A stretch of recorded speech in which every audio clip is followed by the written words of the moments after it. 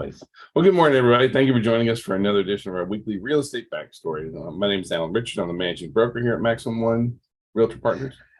My name's Ming Richardson, the compliance broker for Maximum One Realty and Realtor Partners. And we do this every Monday morning where we kind of start off your week about all the things kind of coming and going and happening in real estate. And so this week we want to jump into something that's a little bit not necessarily as time restrictive as a lot of things that we do talk about. We want to talk about, like if you've read Stephen Covey's The 7 Habits of Highly Effective People. Well, we've been kind of revisiting that, and then at the same time kind of coming up and doing some research about what are the 7 daily habits of top real estate producers, and are you emulating success? Are you doing things that's going to help you grow your business? And for those who are growing their business and really kind of like thriving with it, what are they doing? So we kind of want to break down the list for you and kind of run through that. So the first thing is that all these top producers, first of all, focus on growing themselves. They're always learning. They're always, we see them. They come into our CE classes. And not only that, I mean, they're out there networking. They're utilizing their time and having a schedule for those time as well. That's number 2. That's so number make 2. sure you name them. Don't just include it with one. So because they're highly motivated, because they know this is what they need to do, and they're treated like a business, not a hobby. Yep. Well, again, you're skipping ahead. So they grow themselves. Number 2 is that they do have a schedule, and know that for a lot of us, we kind of got into real estate because we didn't want no job. I don't want to have a schedule. And then you don't get there being the answer, nobody else. Well, but then you get in here, then you realize that, like, okay, I may not want a schedule, but now I am the CEO of my company. I also happen to be employee number 001. So we have to have a schedule. You see the agents who don't have a schedule just kind of flounder around. They wake up at the crack of noon, things like that. So having a schedule is really, really important. Well, when you have a schedule, you have a priority. And so when you have a priority, you tend to get those items completed in timely manner. Number three on the list is that they create and modify systems for buyers and sellers. What that basically means is they don't wing it.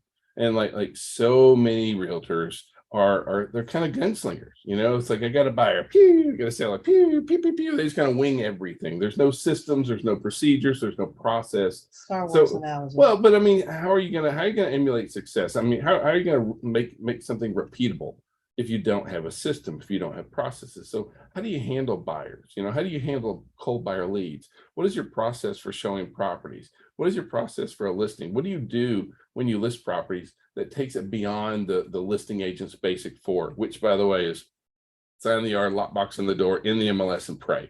Like what is your process and your systems for that? That's so important that's thought ahead, and not just kind of, I'll get to it when I get to it kind of thing. Correct.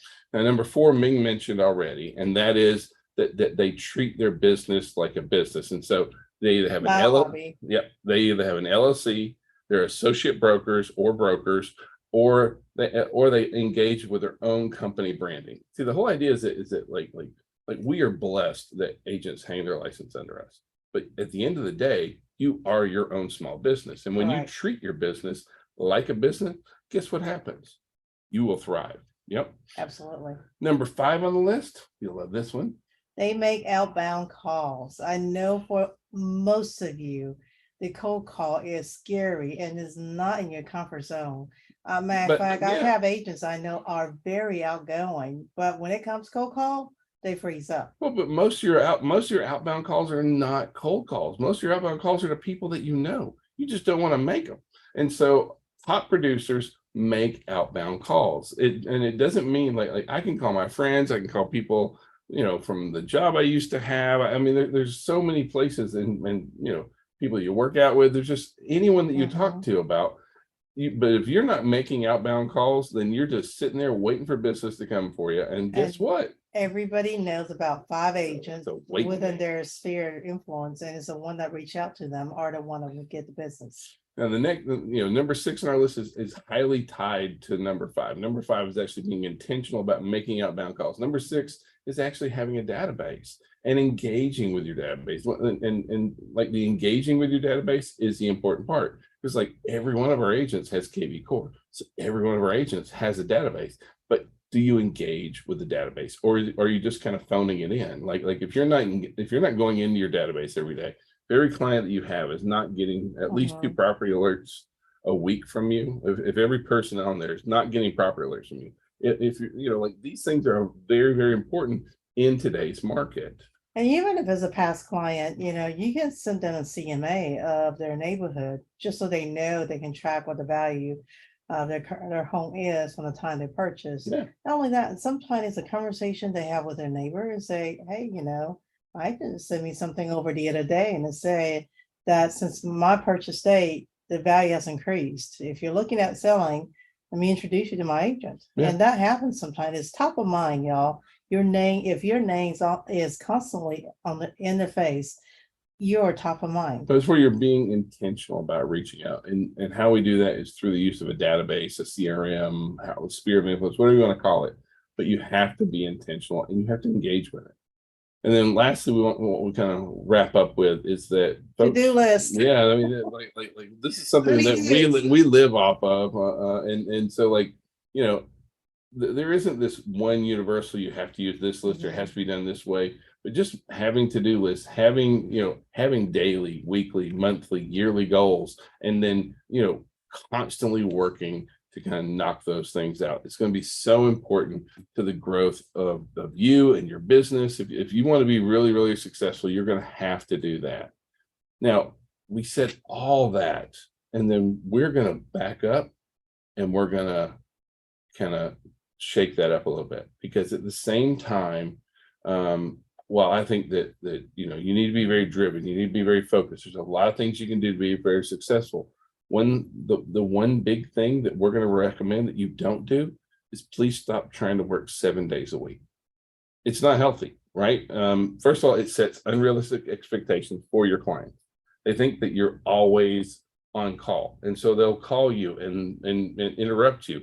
So you need to set some boundaries, some like this is when I'm going to operate, and you need to go in and you need to set a when we talk about having a schedule, like that goes with this as well, like that's that Well, having unless the client knows it's absolutely an emergency or the end of your due diligence day, let them know your operating hour stops at 7:30, 8 o'clock, whatever that you set.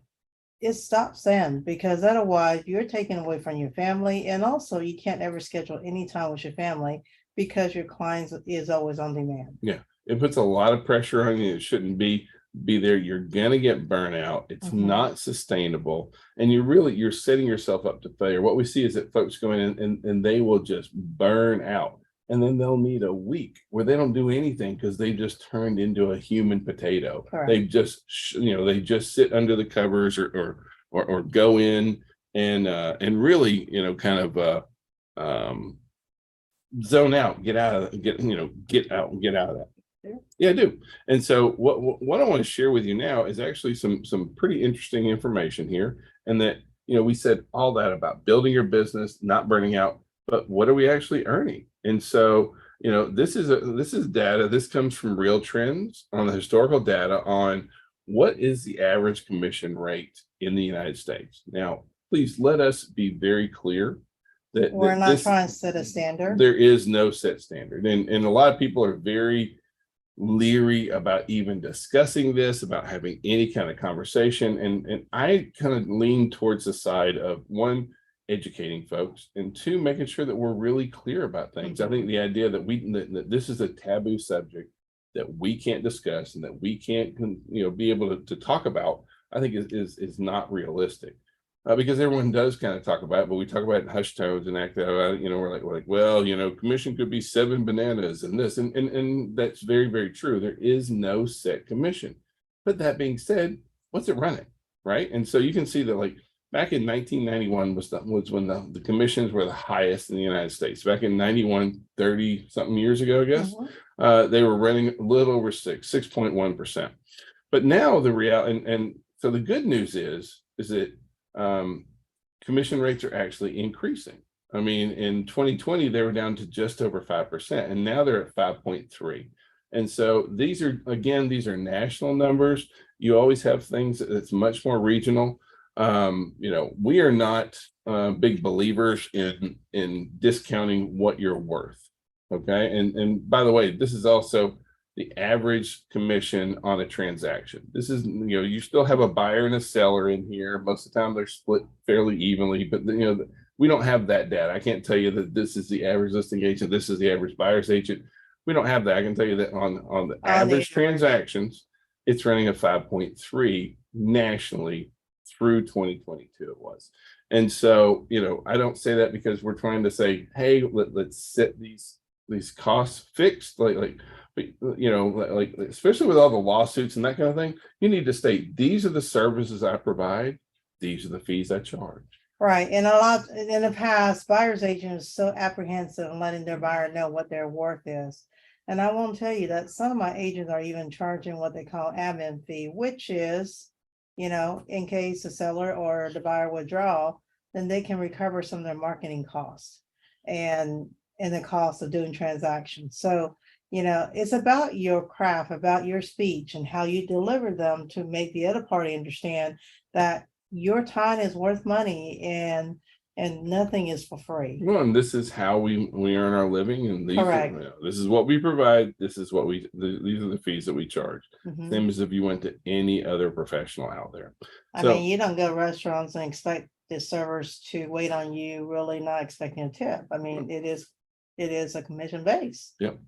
So, if you've been keeping up with the news at all this week or in the past several weeks, you could see that we're not trying to be political, but I want to give you the implication of what this can do. So already, just the negotiation between the debt ceiling, which is again, I'm not going to try and get political, but like what that has caused is that's caused mortgage rates to already they didn't go up big. They went up 0.04%. Okay, so but the honesty side of that is it should be coming down. Mhm. It shouldn't be going up at all. There's no reason for it to go up except for we can't get past the debt ceiling. And so until we get past the debt ceiling, we're probably going to see some crazy interest rates kind of thing going on. There is a fear that if the debt ceiling does not get passed, that interest rates will shoot up into the eights, and that will probably kick our industry right square in the cojones for the most part. It's probably not the most politically correct term to use, but kick our industry. It would absolutely be, yeah. I mean, like we would have so many people that, and so we're already seeing where there's a lot of buyers right now that are locking their rate right now, just in case. And so, I firmly believe that we're not going to default. I pray we're not going to default because we've never done that before. I can't imagine us doing that. But just the fact that we're having this conversation has makes people nervous, anxious, on the edge, and that kind of thing. And so in return, that has kind of affected our interest rates. And so that's kind of where we're at right now on that, on that deal. Now, at the same time, we saw existing home sales faded a little bit in April. Those numbers kind of came out. But that being said, what we are seeing is like you go and you just go to like Google Trends and you put in homes for sale. And so this is in Georgia. You can see that homes for sale, it's hard to tell, but homes for sale is actually trending up. It's actually up pretty significantly from where it was in like October and November this year, that kind of stuff. And so we're seeing where the fact that more people are online searching for homes. It's not about whether or not there's not a demand. Exactly. There are demands, but they're trying to get the best value for the demand. So you can kind of see that, as far as like new listings, we're still way down. Well, I mean, we're the lowest that we've been as far as new listings. You can see that our new listings are down huge. And this is for Atlanta. This is not a national data. Yeah. This is Atlanta numbers. Actually, national is a little bit higher than this kind of thing. But you can see that year over year, we're down 34% on new listings in Atlanta. And so you can kind of see where our total for sale inventory actually is up just a tick over 2021. It's under last year, but it's just a tick up from 2021. But like that inventory level is so far out of whack, it's not even funny. Like, you know, this is one thing that we kind of see out here is that you can't buy what's not for sale. So if this is our existing inventory of homes. You can see where our existing inventory of homes are, and as well as our existing home sales. And you see that where the US population was, say in 2000, we had a population of 280 million. Now we've got a population of 330 million. 50 million, sorry, I need to add a zero. 50 million more people, but we have a lower inventory level than we had in 2000, for example. So like it's not about demand. It's a lot of it is about supply. We just don't physically have enough homes. And we know a lot of people are feeling locked in with mortgage rates and things like that. And the reason being, and if you look at this graph, you can see that because the home value has changed, meaning appreciating, along with interest rate, even though we may have some inventory there, buyer are hesitant in pulling the trigger because it's cost more to live per month. Their monthly payment is more. The other really interesting thing is when folks say, well, inventory's up. Okay, that's true. Inventory, but like you got to look at the end of this graph to the very end down there where you can see earlier this year where between last year inventory started ticking up. We've been on a real steady decline on total inventory for since 2008 basically. Right. And so now we see where early, late last year, that kind of stuff, inventory started trending up. When you put this on a trend line for the last 35 years, you see, my goodness, we don't have nearly enough homes for sale. And so like there's just not enough inventory. And I know a lot of clients say, what's foreclosure? What's foreclosure? I'm hearing more and more of that right now, but there's not a whole lot. And not only that, they're competing with everybody else that wants to buy a home. And not only that, HUD no longer sells a property below fair market value. They're pretty much at fair market. There was only like 3 or 4 HUD homes in the whole state of Georgia last time I checked. So new pending sales, our pending sales are down also. Unfortunately, we want to see our pending sales go up, but without inventory, that's the one that's really, really hurting us. Overall, for the Georgia housing market in general, you can see the overall property values are still up. Georgia is still up 1.2% year over year, month over month kind of thing. So we're still seeing property value increases. We're going to continue to be in that, we're looking to be in that 3 to 4% property value appreciation range, which is really healthy for us. And so could we have a month or two where it goes down, a month or two where it goes up? It's going to be in this fluctuating number. You can't watch this number on a month by month basis, daily basis, because they'll drive you nuts. And so, but at the same time, so Adam, it's a huge data aggregator in the real estate industry. They said, what, the best month to sell is May. But you know what the second best month to sell is? June. Yeah. So, like we're in the middle of the 2 best months of the year to sell. And so at the same time, or not at the same time, but then Bright MLS came out. And so this is another large MLS in the United States. They said, what's the reason why you're selling? And guess what? It's this is like going back to the normal market norms kind of thing. Family, marriage, divorce, that kind of stuff, activities, things like that. We have some folks that want a bigger home. We have some folks that need to downsize, smaller homes, that kind of stuff. But like it's not like the reasons are kind of getting away from some of the COVID things. And the other really interesting thing that happened with their survey was they went in and they said, hey, were mortgage rates a factor in your decision to sell or buy? And so for our buyers, about 20% said yes, it was of course a factor, but it was not the main factor. Only about 4% of our buyers said that mortgage rates was the primary factor. Almost 70% of our buyers said mortgage rates were not a factor to buy.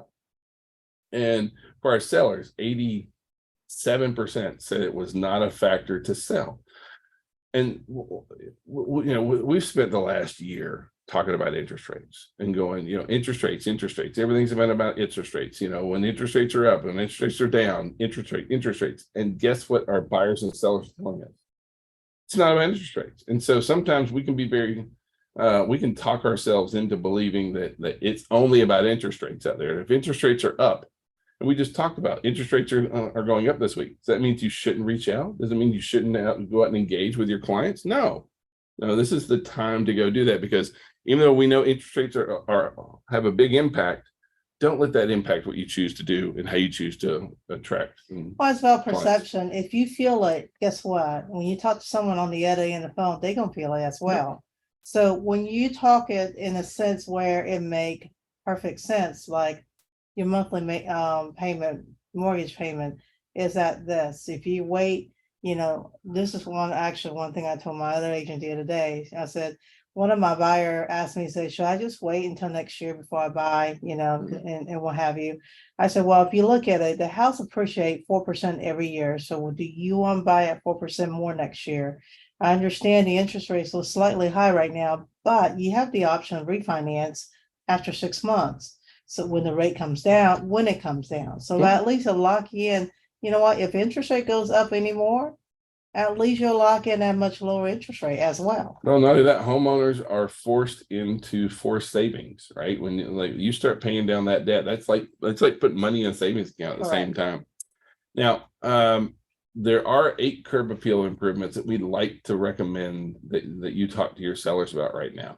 So, fixing up the trim, painting the exterior, make sure the exterior is at least pressure washed, but if you pressure wash, don't pressure wash too close. Don't strip the paint off. You will strip the paint off. Make sure the front door is great. Low maintenance greenery. Now's the time to go plant those vibrant spring colors are ready to just explode right now.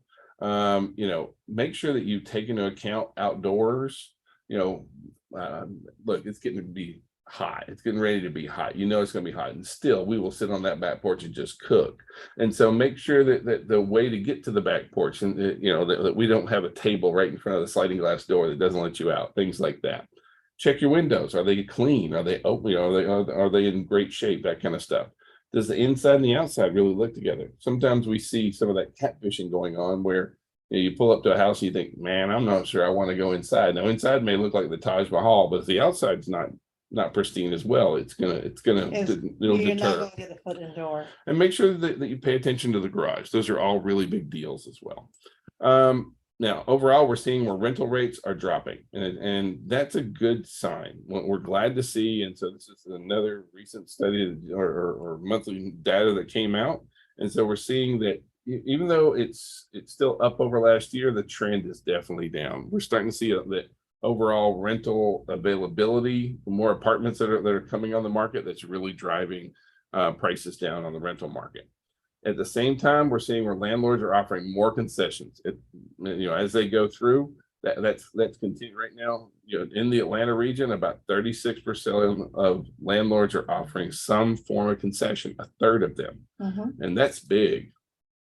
Now, for our builder side of things, builder confidence finally went back up to over 50%, and that's kind of a big deal because we've been for the last year or so, the builder confidence has been really, really low. That's really been affecting our builders and what they're planning on doing. Now, the really good news here is that Zonda has been, they're like a big data company for builders, and guess what the builders are looking at building right now? Homes that people can afford. Praise Jesus, it's about time. We've needed inventory that folks, and so we're already seeing it. We're seeing a lot of townhomes. We're seeing smaller homes being built. We're seeing higher density homes, things that the builders can afford to build and folks can afford to buy. And so we're seeing where for years our builders were just kind of like, we're going to build this product, and just kept getting bigger and bigger and bigger. Right. And now the builders are saying that that's not where the market is. Well, it's about affordability. If you build something someone can afford, you're just in inventory. Yeah.